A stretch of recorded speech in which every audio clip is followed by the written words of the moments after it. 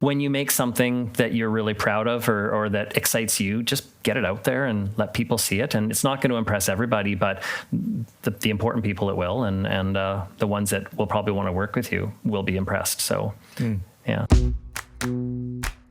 Live from Studio C is Chilliwack Creative Commission's Creative Third Thursdays. The Chilliwack Creative Commission is located on the ancestral and unceded territory of the Stalo Coast Salish peoples. I'm Geoff Edwards. Check me out on YouTube, my domain, as seen on the screen. I'm chair of the Creative Third Thursdays Committee. And to be in our studio audience, well, tickets, they're free. And you can get them at creativethirdthursdays.com while they last. We have refreshments, there's beer, there's non-alcoholic beer, and soft drinks. Come to think of it, who says there's no free beer? We record these episodes at Cowork, Chilliwack's amazing Studio C, and Studio C is Tim McAlpine's creation. Let's thank the man for hosting us at Studio C at Cowork, Chilliwack. Here he is. That's the opener. Let's meet this month's featured creative. I gotta run my router. Relevance in any creative field is something we all have to work at. And today's featured creative demonstrates another unique perspective on that. He's the founder of Watermilk Wine Designs, a contemporary wood shop. He was previously in banking, then the brewing industry as an investor and partner, before eventually going solo with the design and create woodworking business. What's interesting is how Jeremy currently uses social media to keep his brand and name relevant to interior designers, without a huge dependency on follower counts. Please welcome our featured creative, Jeremy Sibley.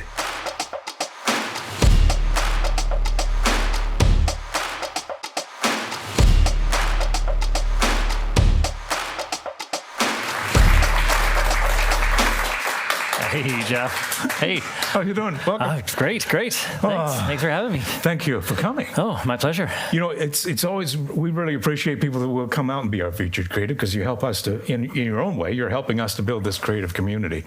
And we feel strongly about doing that. You know, one of the things I always start off with is I ask people when they first thought that what they're doing now was what they were going to do for a career.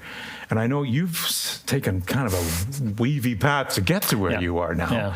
Yeah, you came from electronics sales originally. That was a long time ago. Yeah, a long time ago. You were involved with a bank. Yeah. You were involved with the Chilliwack Chamber of Commerce, and then you were an investor in a brewery, which later became known as Old. Well, it was Old Yale at the time. But then it became much bigger after that. Was after we were finished with it. Yeah. And now you're a long-haired designer. Yeah. Well, I know some of the pictures you have there. I was a little bit longer hair than I am now, but I've cleaned up. I had to, present better, I guess. So. Can you talk about what seems to be like a major transformation in your life? How did you arrive at where you are now? Yeah, well, the way back in the electronic sales, it was more, I was learning to be a salesperson and learning to work with people, and those are some skills that transferred into banking, and that's where I spent the majority of my career, was 17 years or so in banking. And but outside of that, I would tinker in the shop, and then it became I got a bit more focus on what I liked to do in the shop and got a bit better at it. And then when I felt it was time, after, like I say, 17 years in the bank, with the support of my family, and I said, I'm going to leave the bank and start this. So I like to wander a little bit and try different things, and I'm glad I landed where I did, because it's now been since 2017 I started doing it full time. So yeah, coming up on 8-9 years. So do you look back at what you've done and think about how some of your experiences are helping you? Because you're a solo business now, and how does that sort of your lead up to this career? What influence does that have today? Yeah, from a technical standpoint, not much in the banking or anything taught me how to woodwork, but that was about the banking taught me so much about working with people and working with clients, and just making it easy for your client, and making it just to make the whole process. And then, so those are some skills that I learned. I mean, and also on the very practical, if you're a small business owner, and I've gotten to know an awful lot of small business owners over the years, and some of them, have, we all have talents in different places, but one of the places that some people feel they're missing is in the kind of the business side and the banking side. And that, because I came up through that wasn't a struggle for me, whereas other people's talents that are, in other parts of like social media and things are areas where I struggle. So as I meet people that have different talents than me, we can kind of share, and help each other out. Collaborate. Yeah. This image right here, that's at Sidekick Brewing. Sidekick Brewing, yeah. That was a really fun project. They trusted me and to do a lot of the furniture in there, and I'd never built tables that had trees coming out of them before. And when I heard about that, I'm like, yeah, let's do this. This is so. They wanted some trees. So you recently took a break from woodworking, and how long have you been Watermilk Wine Design? How long has that been? Yeah, I've been doing it full time since 2017. Yeah. So you took a break from that. And, yes. Cycled in Africa. I did. What was the reason why that was? Tell us why you chose to do it. I mean, anybody can. Yeah. People go to Africa and they hop on a safari and they take a tour, but you did something different. Yeah, I went solo. Did a solo tour just with my own bike and made my own route. And I do love to do adventure travel. That's aside from my work. I find it as a really refreshing, rejuvenating thing to do, and gets my mind off of whatever I'm doing at home, and I can just focus on something. And I love cycling. I've always cycled since I was a young guy.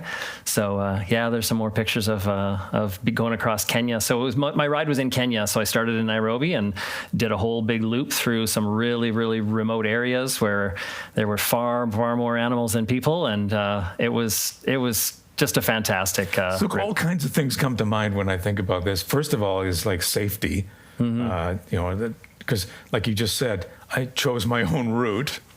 Yeah. So anyway, I did some research. I didn't just start riding and follow a road. You're back. Yes, I made it back. Yes, yeah. But what was it like when you first got on that bike and left the city behind and headed off to the wilderness of Africa? Yeah. What did that feel like? It was.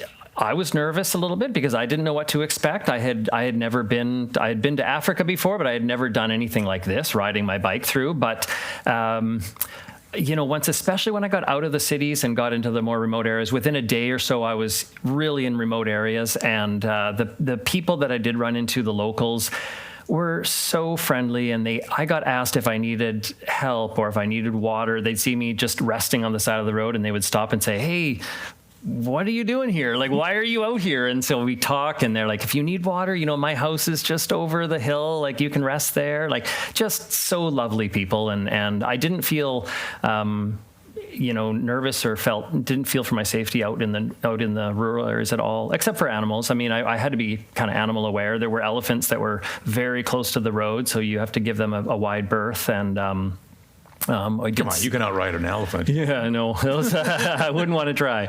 But lots of zebras and giraffes they were all over the place out there, and huge groups of gazelles and impalas, and then some lions as well. But the lions I didn't see from my bike. I saw lion prints on the road where I was riding, but I saw the lions from the safety of a guy's car when we went out for a drive. Yeah, and when you saw them on the road where you're riding, did you ride extra fast? I made myself to be sure I was extra aware. My head was on a swivel just to make sure I'm aware of my surroundings. But it was all. What about sleeping? Because you're out in the wilderness. I was rough camping, yeah. So I brought my tent and I camped out there. And in the areas where I couldn't get to a farmed area, there were some farms and ranches where I could stay within their fences. But then I would hire a local to be a night guard. Basically, they would keep the fire going all night while I slept, so that armed. Armed people. Not all of them. Some of them they said the fire's enough to keep the wild animals away. Yeah, the lions and the hyenas won't approach when there's a fire. Yeah. So. Okay.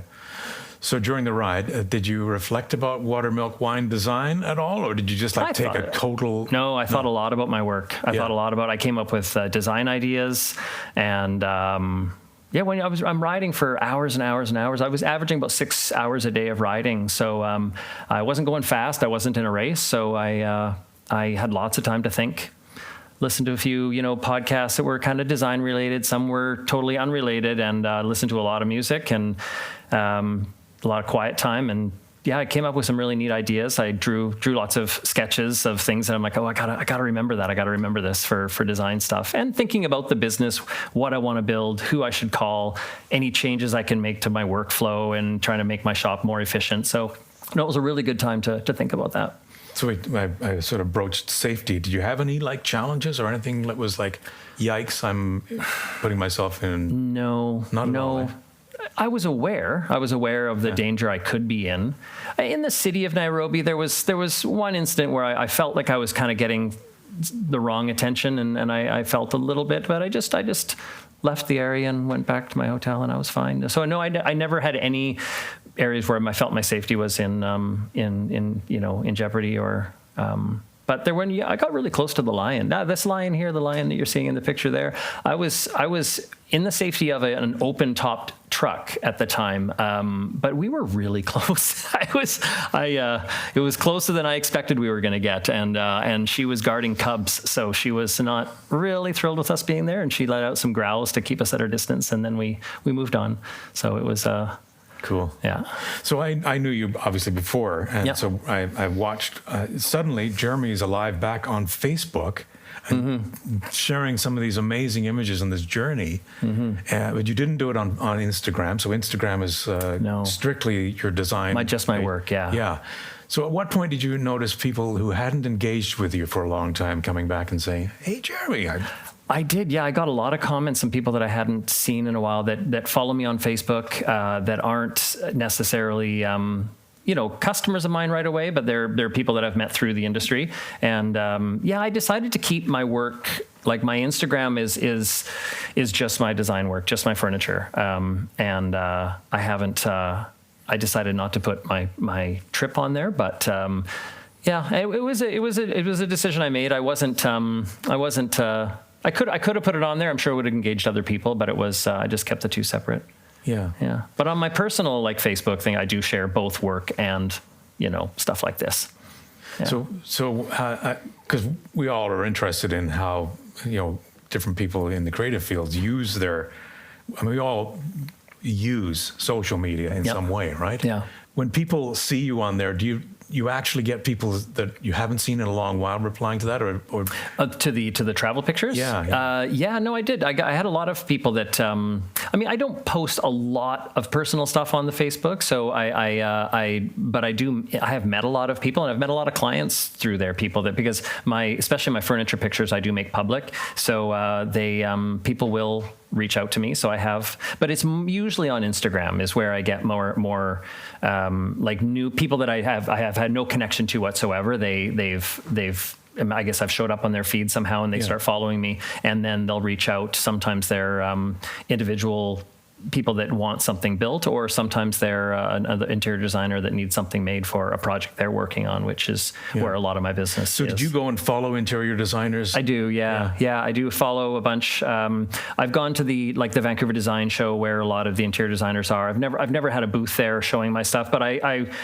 I'm a chatty guy. I'll start talking to them and introduce myself, and we often know mutual people because I've gotten over the years to know a bunch of people in the interior design world, and other furniture builders and other makers who we refer back and forth to, because in the woodworking world there's a lot of different skill sets, and they don't always overlap. So if somebody wants something from me that is wood related, and they think that I can do it, and I'm not really, it's not my expertise, but I know other makers who I can say, hey, you got to call this person, because like that's cabinets. Cabinets, yeah. I want to learn cabinets, but I don't. I'm not a cabinet maker. No. So you're more joinery. Joinery, yeah. So furniture building and joinery. For people that don't know, what is joinery as opposed to cabinetry? So cabinetry is mostly using sheet goods, so different plywoods and different veneers to make large flat surfaces. So obviously cabinets and uppers and lowers and things, and some types of built-ins.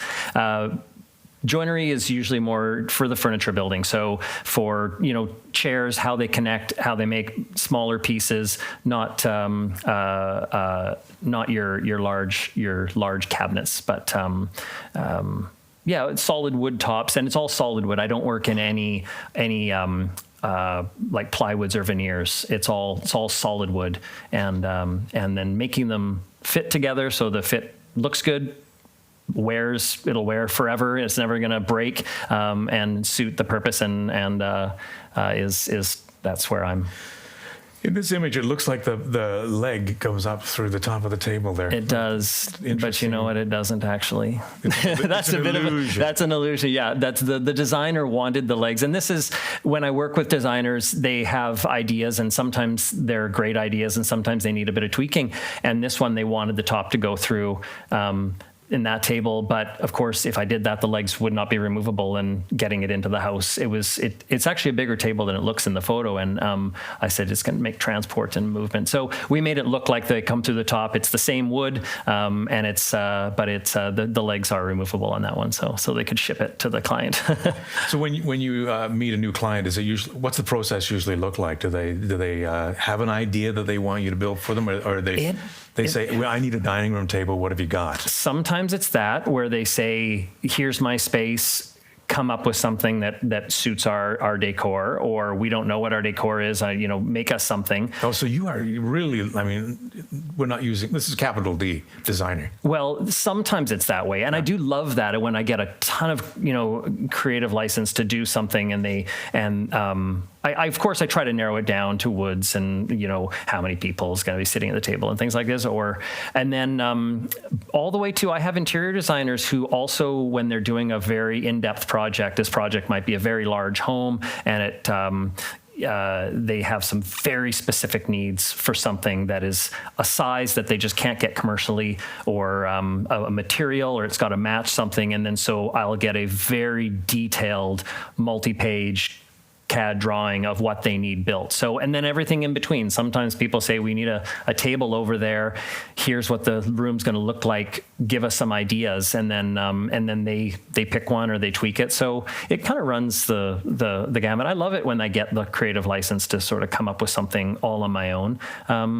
But if they want to workshop it with me, that's all good too. Yeah. And where do you get the wood?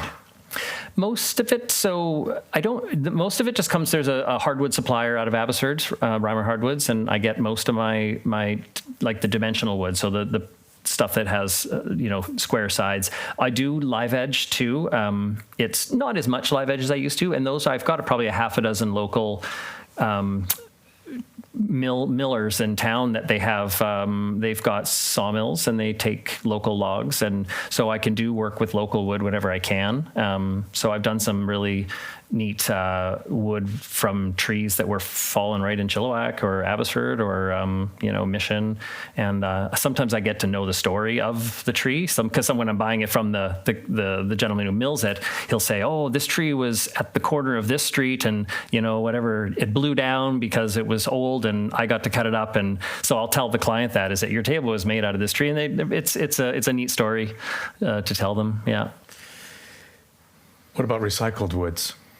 I'm thinking about a large acquisition of wood you made. Oh, yeah. The church pews. Yeah. Yeah, I acquired a lot of church pews. Yeah, that was neat. It was the church approached me because Chilliwack United Church, yeah, and they wanted the wood to go to good use, and they had tried to sell them to other churches, and I guess there's not a big market for used pews out there, so they I ended up getting a lot of wood, oak and fir from two different churches, and I've ended up making a lot of neat projects out of it, and anytime I make it, I'll tell the client that these come from church pews, and like the old Douglas fir, though, really tight. There was the one church, the smaller church. It was Douglas fir, and it was all clear, not a single knot in it. The tightest grain for Douglas fir, and I don't do a lot of work with softwood, but I was happy to use that one because it was really nice quality wood, and it's good to see because when those buildings get torn down, often the waste of good quality wood it's just not economical for them to do. So you see these bins with wood just being chucked away, and it's just a heartbreak. But so I was glad to put as much of that to use. Yeah. What's not interesting is your trees have stories, but now sometimes your output has stories. Yes. Anybody recognize the people at this table that Jeremy built? Yeah. Owen Wilson on left the screen and Julia Roberts. Yeah. How did that come to be? You know, I didn't know who they were, but it was one of the set decorators for the movie reached out to me and said they needed a table. I'm not sure how I can't remember. It was going back a few years because the movie was a few years back. They needed a table, so I built it, and it was what they came and picked it up, and that was great. But then it was a couple of weeks later when they were actually had the set, I guess. I mean, you would know how the movie process works better. I guess it was all in a warehouse, and then it went to the actual set. And the director thought it was actually they had requested it slightly too big. And so she called me and said, "Yeah, we need it made smaller." I said, well, "Sure, I can make it smaller. Easier than making it bigger, right?" So then she says, "Oh, but the director wants to talk to you."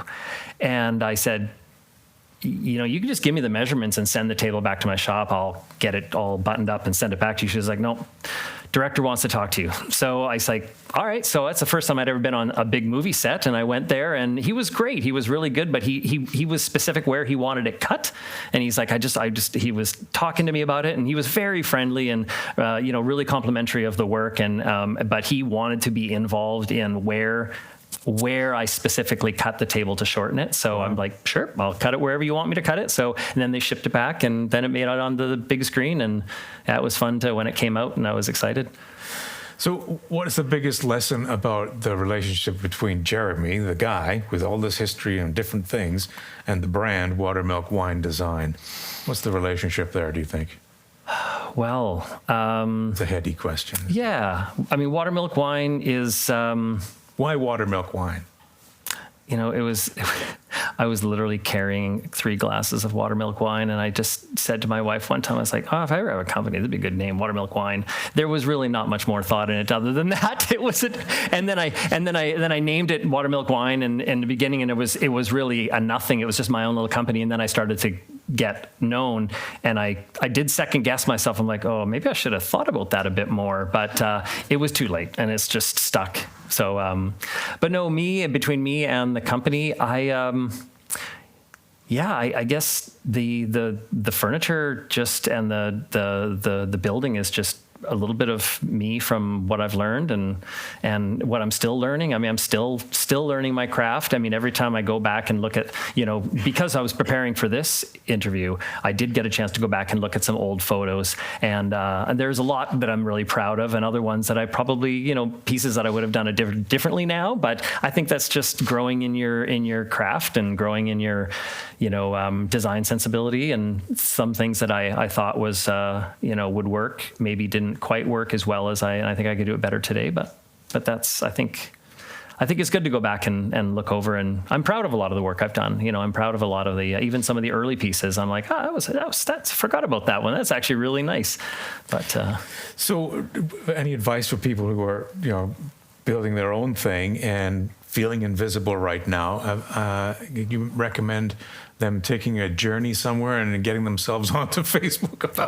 Always take a journey somewhere. That's never bad advice. I think go take off, go somewhere and relax and get your head clear. But no, I mean, with the thinking about the advertising and the posting, and I'm not an expert on social media by any means, but just posting stuff that you're really proud of, posting stuff that excites you, rather than posting stuff that, I mean, there's a lot of trends in furniture and trends in design, and you can't help but be influenced somewhat. I try my best. I mean, not to go after a certain look or copy a certain designer, although there are many designers that I admire so much, and I love watching their work, and I can't help but incorporate some touches of that in what I do. So I'm guilty, as I think a lot of artists are, of incorporating little bits they see. But when you make something that you're really proud of or that excites you, just get it out there and let people see it. And it's not going to impress everybody, but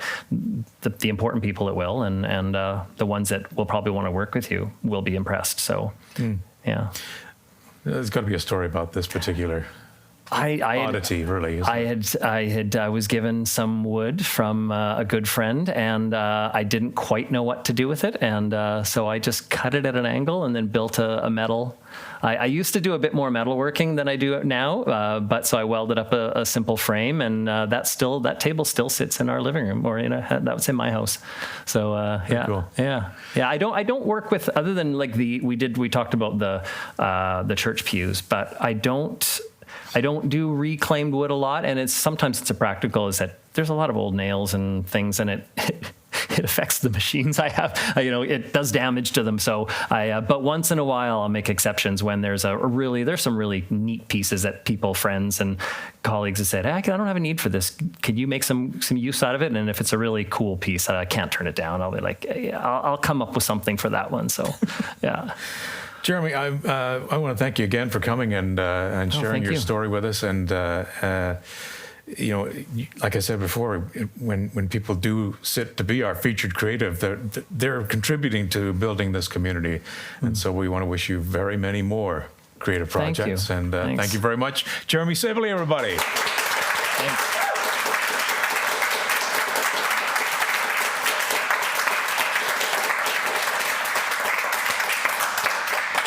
Creative Third Thursdays is a Chilliwack Creative Commission event. Don't miss our Pecha Kucha studio recordings. They're out now on YouTube.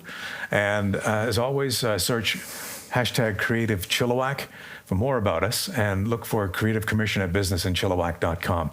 Check out our previous episodes on YouTube.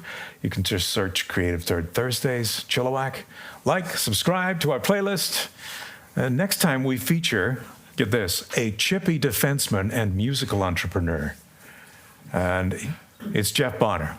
Geoff Bonner is he's got some exciting developments in his musical career, including a documentary about tractor grease, which he brought to life years ago. So that's pretty cool. But as an added bonus, Geoff and 3 other singer-songwriters will be doing a show right here on this stage right after Creative Third Thursdays that night at 7 o'clock. Those tickets are $20, but we have a secret promo for Creative Third Thursdays crowd.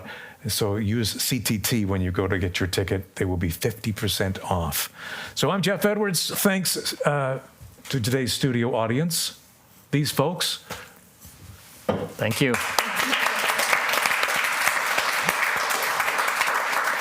Thank you, Studio C. I'm thirsty. There's more drinks in the lobby, and there's things to talk about and creative things to collaborate on. Make coffee appointments with people. Cheers, everybody. Thanks for coming.